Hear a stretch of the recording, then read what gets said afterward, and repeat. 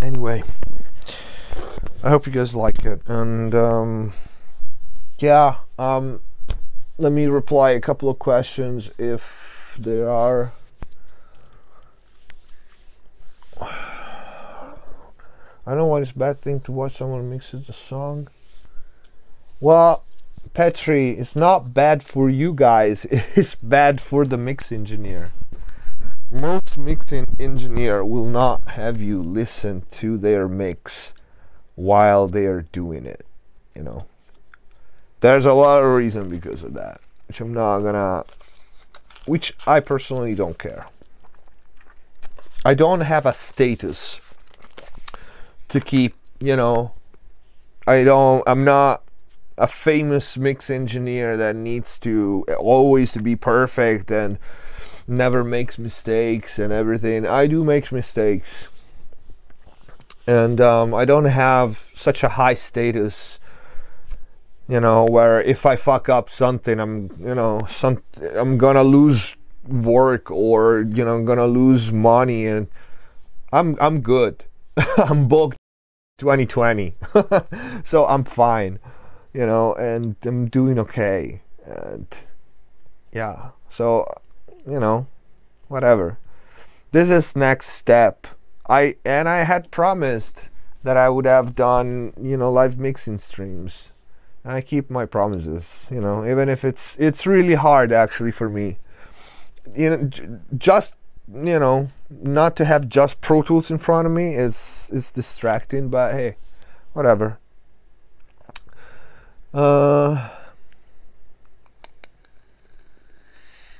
Thank you, Slide.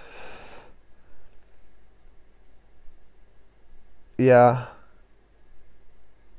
Yeah, all pretty much, well, not pretty much all, but many bass, usually they sound either way more distorted when they are in solo, or they don't sound that powerful, or you know, especially the bass is one of those instruments that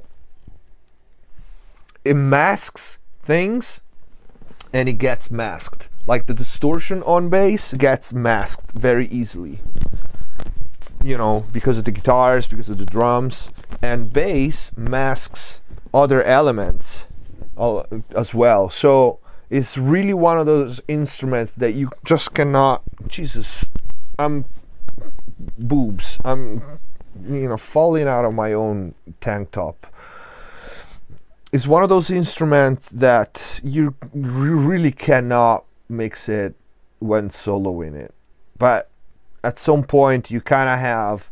You've been listening to basses that sound good in the mix in solo. Once you have done that several times, you kind of know at least where the starting point should be. That case, that bass was like very MIDI and had, you know, no low end, and probably I'm gonna add more later, but yeah. How often do I take breaks? You saw me. I took one break tonight, and I've been here how long? Something like 3 hours, something. Usually that's my break. 2.5, 3 hours.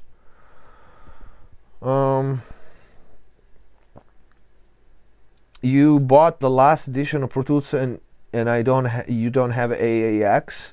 That doesn't sound right. Call Avid. Free AAX plugins. Go to the Avid site, and they have all the free AAX plugins in there listed. There are not many free AAX, but all that are available are on the Avid site. Go to avid.com, Pro Tools, whatever. All the AAX free are there.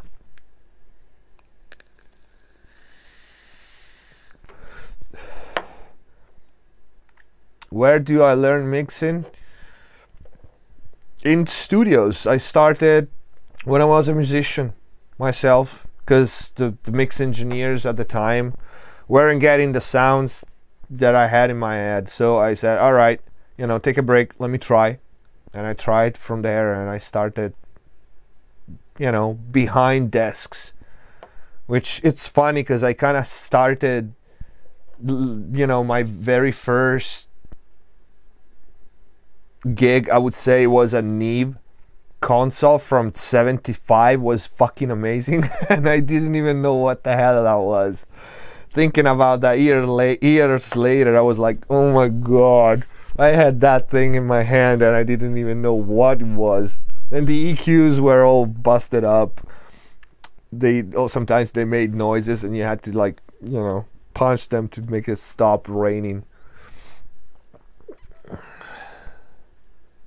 Yeah.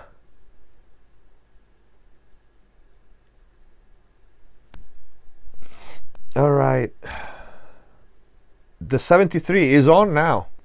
73 for this album has been on background vocals the whole time, and I love it. It's not I just enjoy it, but it's always on my mixes. And the good thing about the 73 is that it's so versatile that you never know where it's gonna end. It can literally end on the lead vocals, on guitars, on background vocals like this time, and it makes such a big difference. It's an amazing unit. It's an amazing unit. It's a multi-band compressor you can use as an EQ. It's awesome. You can, you know, mute and unmute and bypass single bands. It's great. The color itself, it's great. I always use the 1973. The funny thing is, you never know where it's gonna go. Like for MC Solar album that went platinum, best album of the year 2018 at the French Music Awards, it was on lead vocals. Go figure. This one, you know, this album is on background vocals. Some other time can be on guitars. But yeah, 1973 is an amazing, versatile, good sounding unit. I love it. The speakers play a part in ear fatigue? Yes, they do. No, they do. They do, but I doubt they can control that.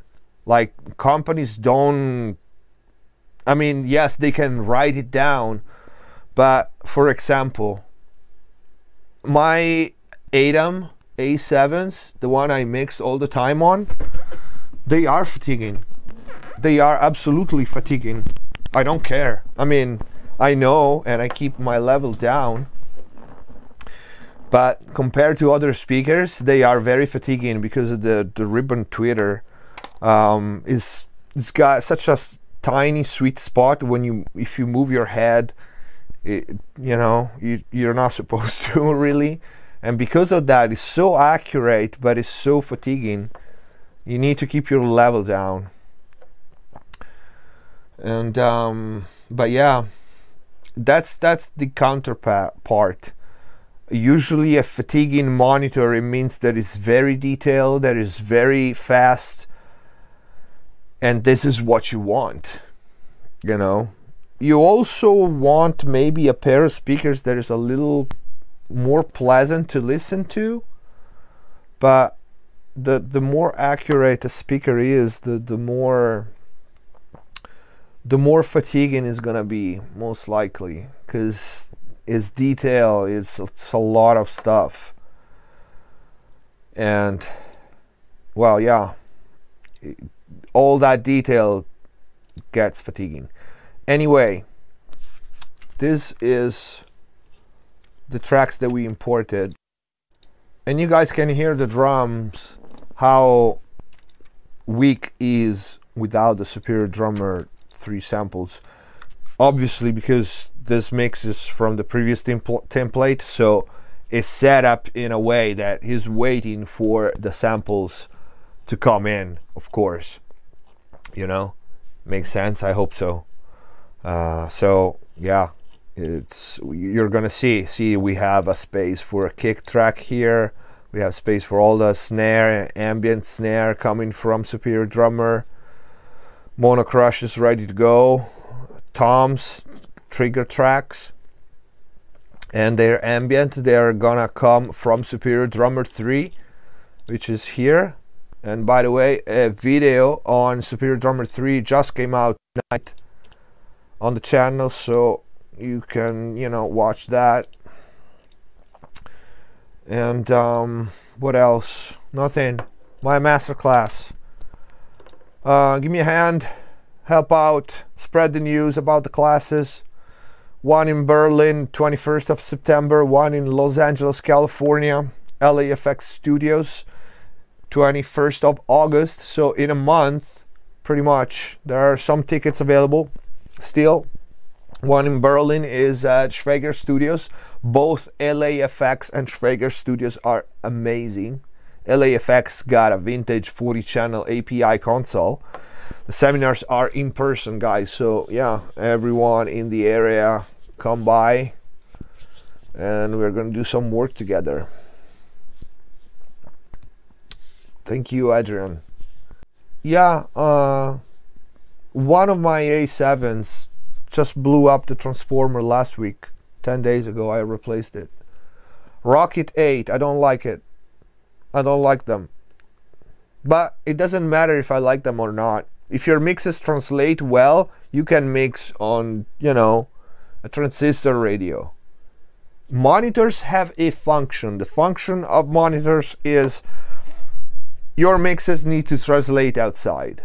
You can use a 10 grand monitors to do that, or you can use a $200 monitor. It does not matter if you get the job done. So I personally don't like the Rocket 8, but it's me. A lot of people doesn't like the A7s. It doesn't matter. If your mixes translate, your mixes translate. Use whatever works for you.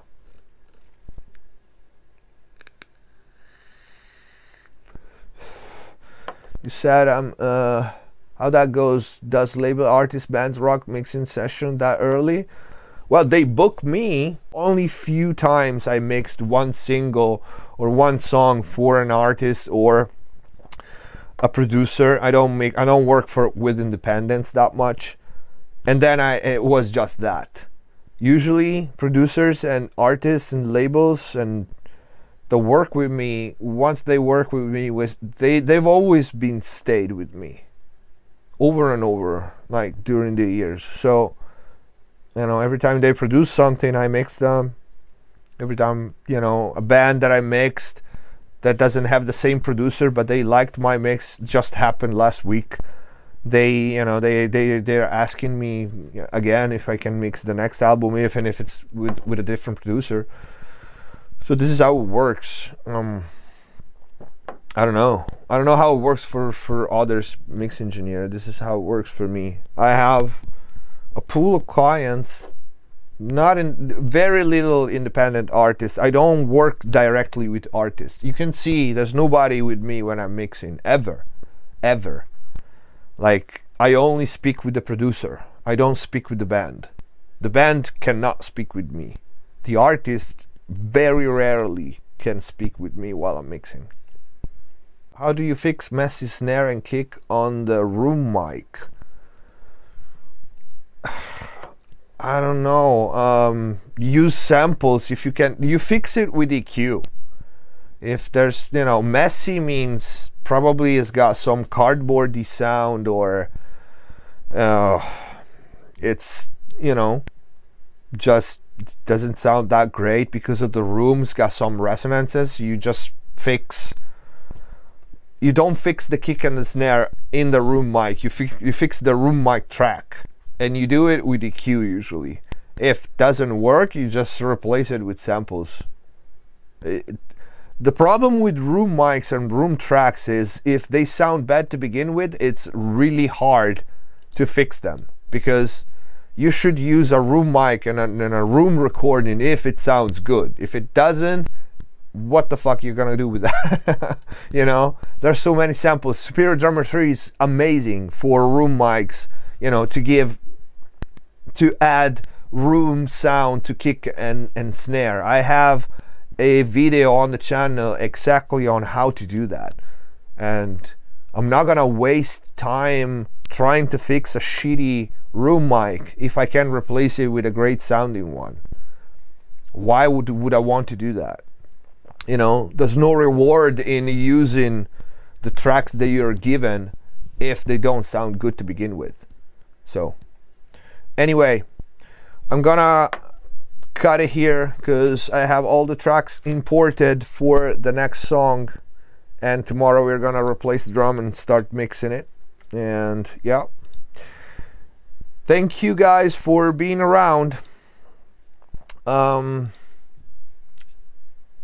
this is not, well, last night replay is gonna go online. This one I don't know, but yeah, please share the news about the classes, the new videos out, follows on Instagram and Twitter and Facebook. There's a lot of things that are not on the channel, pictures, live feed, short live feed on Instagram specifically.